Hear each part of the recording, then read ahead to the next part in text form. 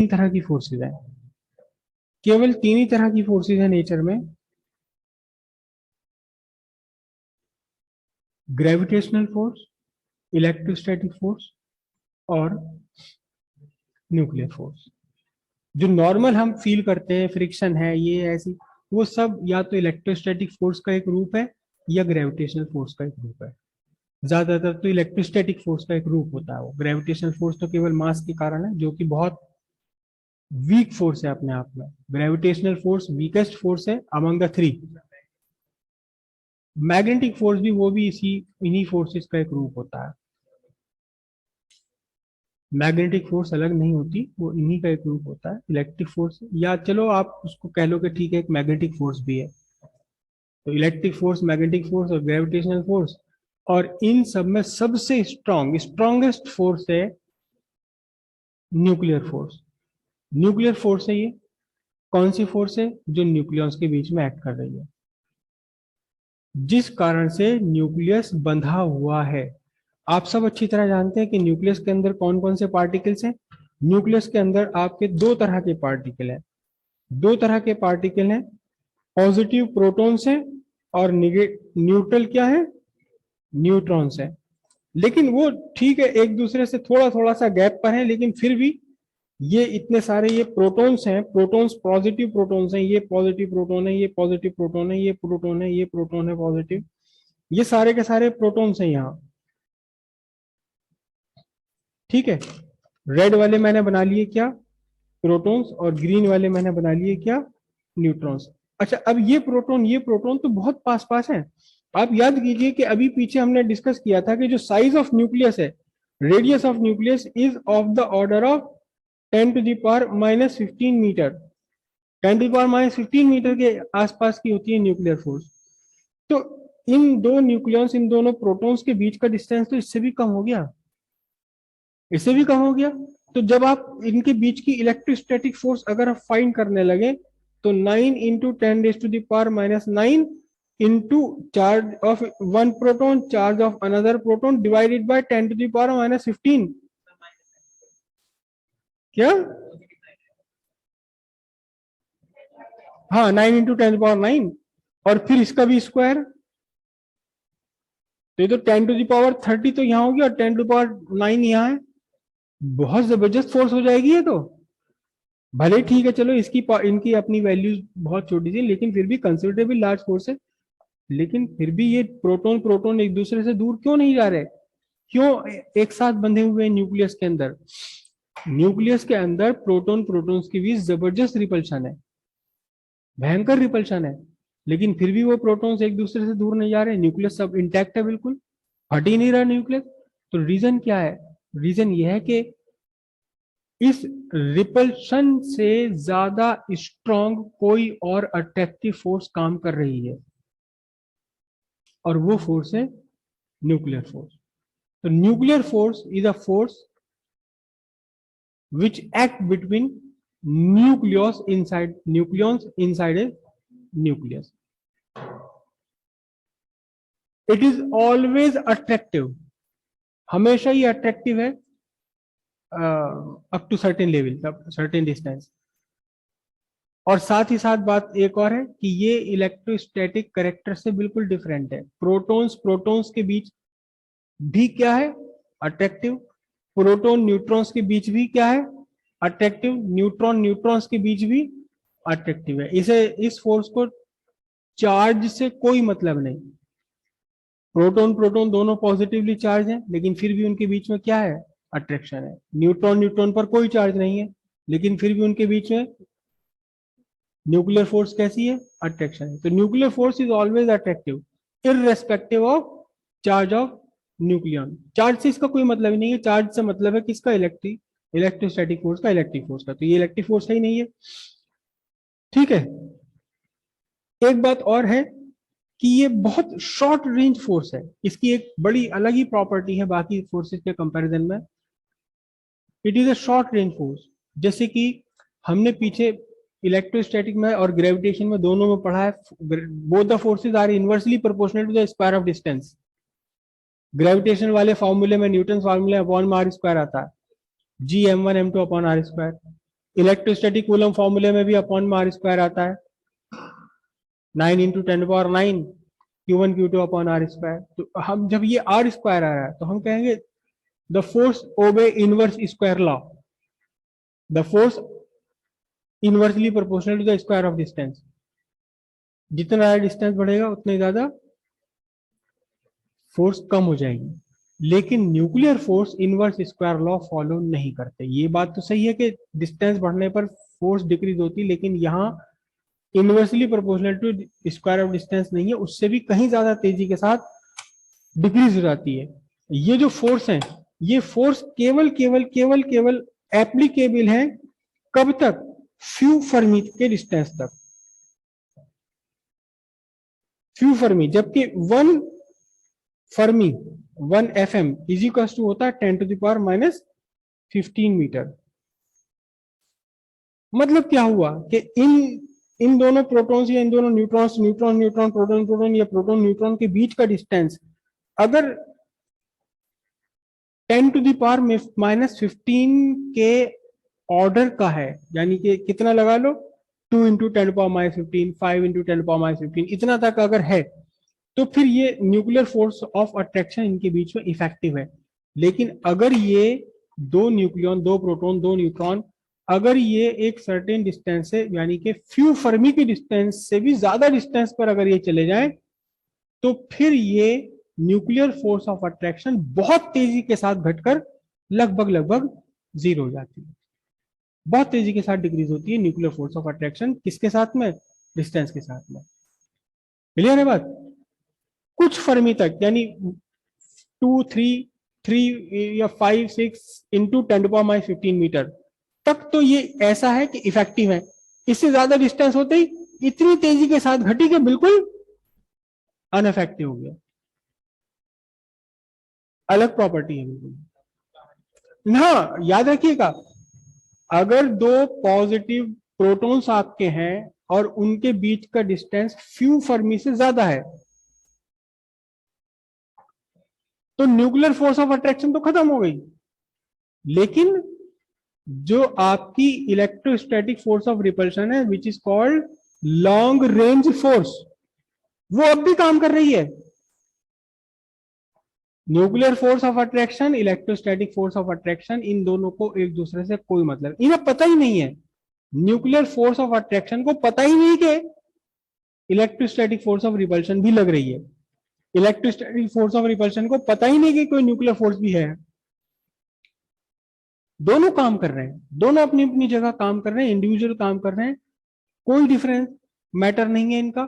लेकिन है क्या कि nuclear force of attraction short range force है, फ्यू फर्मी से ज्यादा डिस्टेंस पर निकला और ये खत्म। जबकि electrostatic force of repulsion still acting, अब भी काम कर रही है। ग्रेविटेशनल फोर्स अब भी काम कर रहा है अपनी जगह पर, लेकिन ग्रेविटेशनल फोर्स तो बहुत ही कम है, क्योंकि वहां कांस्टेंट में आप जानते हैं कितना आता है, 10⁻⁻11 आता है कैपिटल जी के कांस्टेंट में। इलेक्ट्रोस्टैटिक फोर्स के कांस्टेंट में क्या आता है, 10⁻9 प्लस में आता है। तो आप यहाँ कांस्टेंट की ही अगर आप कंपेयर कर ले तो बहुत बड़ा डिफरेंस है, राइट। लेकिन न्यूक्लियर फोर्स ऑफ अट्रैक्शन उससे भी ज्यादा स्ट्रॉन्ग है। अब इस न्यूक्लियर फोर्स ऑफ अट्रैक्शन और पार्टिकल्स, न्यूक्लियॉन्स के बीच के डिस्टेंस में अगर एक ग्राफ ड्रॉ किया जाए, तो एक अलग तरह का ग्राफ बनता है। दो ग्राफ हम ड्रॉ करेंगे। हम्म हम्म हम्म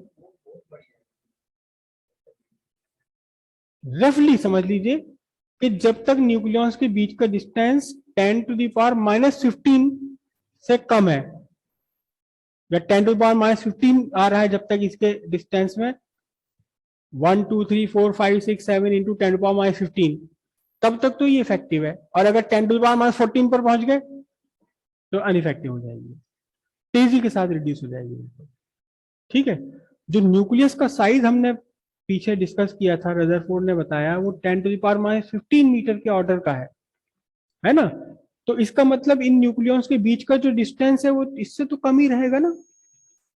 जब पूरी रेडियस ही आपके न्यूक्लियस की रेडियस, ये पूरा न्यूक्लियस है, और इस पूरे न्यूक्लियस की रेडियस, पूरे न्यूक्लियस की रेडियस ही कितनी है, 10⁻15 के ऑर्डर की है। तो इसका मतलब इस न्यूक्लियस के अंदर जो भी न्यूक्लियॉन्स हैं आपके, उन सारे न्यूक्लियॉन्स के बीच का डिस्टेंस इससे तो कम ही कम रहेगा ना। तो बस एक रफ आइडिया सा ये समझ ली कि जब तक डिस्टेंस 10⁻15 के आसपास का है तब तक तो ये nuclear force of attraction effective है। 10⁻14 पर पहुंचते ही ये न्यूक्लियर फोर्स ऑफ अट्रैक्शन अनइफेक्टिव हो जाती है। इतनी कम हो जाती है कि फिर उसका इफेक्ट नहीं रहता कुछ भी, फिर electrostatic force of repulsion overcome कर जाएगी। ठीक है, इफेक्टिव कौन सी हो जाएगी? रिपल्शन वाली इफेक्टिव हो जाएगी। तो शॉर्ट रेंज फोर्स इसीलिए कहलाते हैं क्योंकि डिस्टेंस बढ़ने के साथ साथ ये फोर्स तेजी के साथ बढ़ती चली जाती है, तेजी के साथ इंक्रीज होती है फोर्स, सॉरी डिक्रीज होती है। अब अगर फोर्स में और डिस्टेंस के बीच में हम एक ग्राफ ड्रॉ कर लें, तो y एक्सिस पर लिया है क्या? y एक्सिस पर लिया है न्यूक्लियर फोर्स, और निगेटिव y एक्सिस पर लिया है अट्रैक्शन, और ये रिपल्शन आ गई पॉजिटिव एक्सिस पर। और x एक्सिस पर आपने क्या लिया है? x एक्सिस पर आपने लिया है डिस्टेंस बिटवीन न्यूक्लियॉन्स, और किसमें? फर्मी में। मीटर में नहीं है डिस्टेंस, ये फर्मी में डिस्टेंस है। तो एक अलग सा ग्राफ आता है, एक अलग सा क्या क्या ग्राफ आता है कि जब डिस्टेंस बहुत ज्यादा है, of the order of few Fermi, यानी 10 फर्मी के आसपास का समझ लो। जब डिस्टेंस, आप ये समझ लीजिए कि एक न्यूक्लियॉन यहां रखा हुआ है, दूसरा न्यूक्लियॉन मैं इसके पास लेकर आ रहा हूं दूर से, एक न्यूक्लियॉन यहां रखा हुआ ओरिजिन पर। तो जब इतनी दूर है तो दोनों के बीच में अट्रैक्शन है नेग्लिजिबली स्मॉल अट्रैक्शन। जैसे जैसे दोनों को पास लाएंगे, डिस्टेंस कम करेंगे, वैसे वैसे ये अट्रैक्शन बढ़ता चला जाएगा, तेजी के साथ बढ़ेगा। इसका कोई वो नहीं है फॉर्मूला, एक अलग टाइप का ग्राफ आता है। और एक सर्टेन डिस्टेंस के बाद में ये फिर ये क्या होगा? ये अट्रैक्शन घटना शुरू हो जाएगा। कौन सा अट्रैक्शन? न्यूक्लियर फोर्सेस के बीच का वो जो अट्रैक्शन है, ये क्या होगा? पहले तो बढ़ेगा डिस्टेंस, डिस्टेंस कम होने के साथ साथ ये देखिए आप यहां डिस्टेंस एक्सिस पर क्या है? डिस्टेंस एक्सिस पर आप ओरिजिन की तरफ जा रहे हैं, डिस्टेंस कम हो रहा है, लेकिन फोर्स क्या हो रही है? मोर नेगेटिव, यानी मोर अट्रैक्शन, मोर अट्रैक्शन। एक सर्टेन डिस्टेंस पर आकर के मैक्सिमम अट्रैक्शन है, और इससे भी कम डिस्टेंस आप करेंगे तो क्या होगा? ठीक है, देखिए ध्यान से, एक न्यूक्लियस है आपका, ये वाला न्यूक्लियस है, सपोज मैं इसे कह रहा हूँ ये सोडियम का न्यूक्लियस है Na, जिसमें कि 11 प्रोटॉन्स हैं और 12 न्यूट्रॉन्स हैं। ये स्टेबल न्यूक्लियस है। ये सोडियम का न्यूक्लियस कैसा है? स्टेबल न्यूक्लियस है सोडियम का। स्टेबल न्यूक्लियस का मतलब ये फट नहीं रहा, ये 11 प्रोटॉन्स और 12 प्रोटॉन्स आपस में बंधे हुए, फट करके एक दूसरे के दूर नहीं आ रहे, और ना ये फट रहा ना इसका साइज डिक्रीज हो रहा। समझिए ध्यान से, अगर इनके बीच में ओवरऑल अट्रैक्शन इफेक्टिव है तो फिर क्या होगा? ये कोलैप्स करेंगे ना, कोलैप्स कर जाएंगे, जो और ज्यादा पास आएंगे एक दूसरे के। अगर ओवरऑल कौन सी फोर्स इफेक्टिव रही? अट्रैक्शन। अगर ओवरऑल रिपल्सिव फोर्स रही तो क्या होगा? ये एक दूसरे के दूर चले जाएंगे, बस्ट हो जाएंगे, फट जाएंगे, लेकिन कुछ भी नहीं हो रहा। तो इसका मतलब क्या हुआ?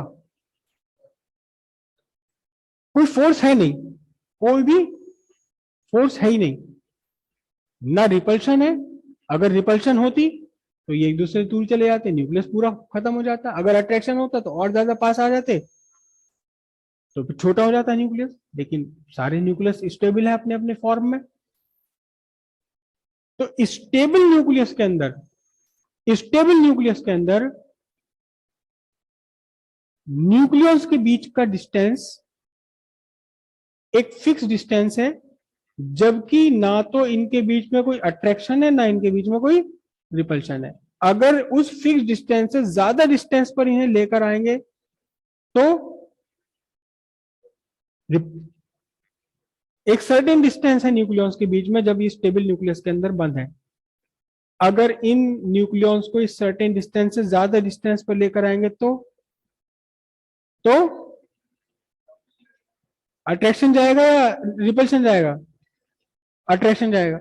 और एक सर्टेन डिस्टेंस जो भी इक्विलिब्रियम डिस्टेंस है, इक्विलिब्रियम डिस्टेंस बोलते हैं, इससे ज्यादा अगर पास लाओगे, हालांकि इतनी हिम्मत किसी में नहीं है कि उस इक्विलिब्रियम डिस्टेंस से भी और ज्यादा पास ले आओ, लेकिन किसी एक्सपेरिमेंट में कहीं पता लगता है कि हाँ ये कुछ फ्रैक्शन ऑफ सेकंड के लिए जरा सा पास आए, तो पता लगा क्या हुआ, इनके बीच में रिपल्शन बढ़ा, बड़े जबरदस्त तेजी के साथ इनके बीच में क्या हुआ, रिपल्शन हुआ। जितनी तेजी के साथ ये घटता है उससे कहीं तेजी के साथ ये रिपल्शन बढ़ता चला जाता है। Repulsion graph almost parallel to y axis बन जाता है।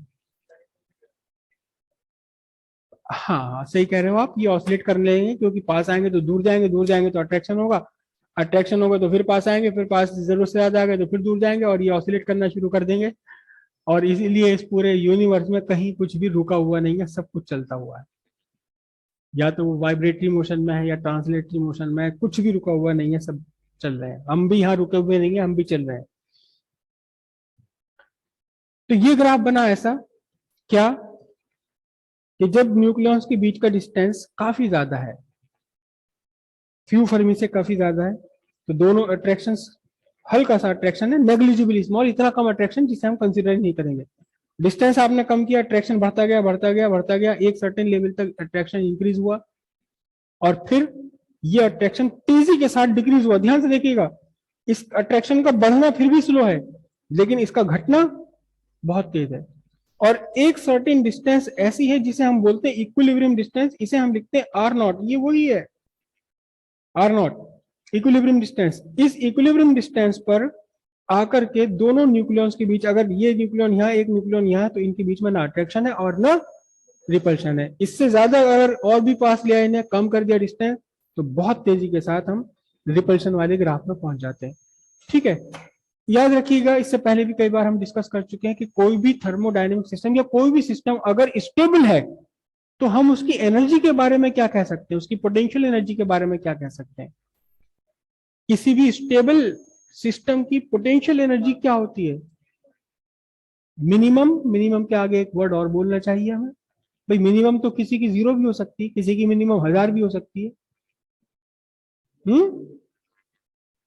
मिनिमम, मिनिमम के आगे एक वर्ड और नहीं। नहीं देखिए, देखो किसी के लिए तो ये पेन है, यहां मैंने सरफेस पर ऐसे खड़ा कर दिया, अब इसकी पोटेंशियल एनर्जी 0 नहीं है, क्योंकि मैंने ग्रेविटी के अगेंस्ट इसके सेंटर ऑफ मास को ऊपर उठा कर रखा है। अब ये गिर गया, सेंटर ऑफ मास का नीचे आ गया, लीस्ट पॉसिबल, मिनिमम पॉसिबल। अब जैसे ही पेन गिर गया तो इसकी मिनिमम पॉसिबल पोटेंशियल एनर्जी कितनी, 0 है। लेकिन अगर किसी सिस्टम की एनर्जी 0 से भी नीचे जा सके तो सिस्टम कब स्टेबल है? जब वो अपने मिनिमम पॉसिबल एनर्जी लेवल पर है, भले ही वो निगेटिव में चली जाए। अगर मिनिमम पॉसिबल 0 है तो 0 पर आकर स्टेबल है, लेकिन अगर निगेटिव पर कहीं जाकर के स्टेबल है, अगर निगेटिव हो सकती है तो मैक्सिमम निगेटिव यानी कि मिनिमम होकर के तब जाकर स्टेबल आएगा। तो अगर हम इसको ग्राफ में ड्रॉ करें, इन दोनों न्यूक्लियॉन्स के बीच पोटेंशियल एनर्जी का ग्राफ अगर आप ड्रॉ करें तो वो ग्राफ भी ऐसा ही ग्राफ बनता है, लेकिन उसका जो पीक है वो थोड़ा सा चेंज हो जाता है। यहां देखिए आप, जैसे जैसे डिस्टेंस कम हुआ न्यूक्लियस के बीच में, अट्रैक्शन इंक्रीज हुआ, अट्रैक्शन मिनिमम मैक्सिमम गया, फिर आ गया 0। अब यहाँ ये जो कंडीशन है, डिस्टेंस है, ये इक्विलिब्रियम डिस्टेंस है, इस डिस्टेंस पर आकर के ये क्या हुआ, स्टेबल हो गया। तो अब मिनिमम पॉसिबल एनर्जी कहां होगी? जब दोनों न्यूक्लियस के बीच का डिस्टेंस कितना है, आर नॉट है। तो अब ध्यान से देखना, बहुत ध्यान से देखना, दोनों ग्राफ एक दूसरे के ऊपर नीचे बना रहा हूं मैं। तो मिनिमम पॉसिबल एनर्जी का जो पीक बनेगा, एनर्जी का जो पीक जाएगा निगेटिव, वो कहां जाएगा? एग्जैक्टली आर नॉट के नीचे जाएगा, यहां।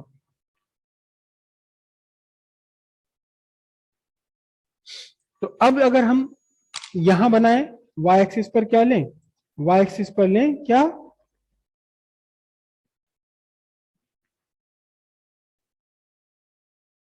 पोटेंशियल एनर्जी, और एक्स एक्सिस पर वही रहते हैं क्या, डिस्टेंस बिटवीन न्यूक्लियॉन्स फर्मी में। तो फिर क्या बनेगा ग्राफ, ग्राफ वही बनेगा कि जब डिस्टेंस दोनों के बीच में बहुत ज्यादा है तो फोर्स कम है, इलेक्ट्रोस्टैटिक अट्रैक्शन, तो फिर इनकी पोटेंशियल एनर्जी बहुत कम निगेटिव है, बहुत कम निगेटिव है इनकी पोटेंशियल एनर्जी। और जैसे जैसे इनके बीच का डिस्टेंस आप डिक्रीज करेंगे वैसे वैसे पोटेंशियल एनर्जी कम कम कम कम, निगेटिव निगेटिव निगेटिव निगेटिव होते होते मोस्ट निगेटिव कब होगी, जब ये आर नॉट इक्विलिब्रियम डिस्टेंस पर है, और फिर ये तेजी के साथ डिक्रीज होगी और जीरो होकर के फिर कहां जाएगी, ये almost parallel to y axis बन जाएगी। बस डिफरेंस क्या है यहाँ, डिफरेंस ये है कि इसका जो पीक पड़ रहा है वो आपका कहां पड़ रहा है, आर नॉट के ठीक नीचे पड़ रहा है इसका।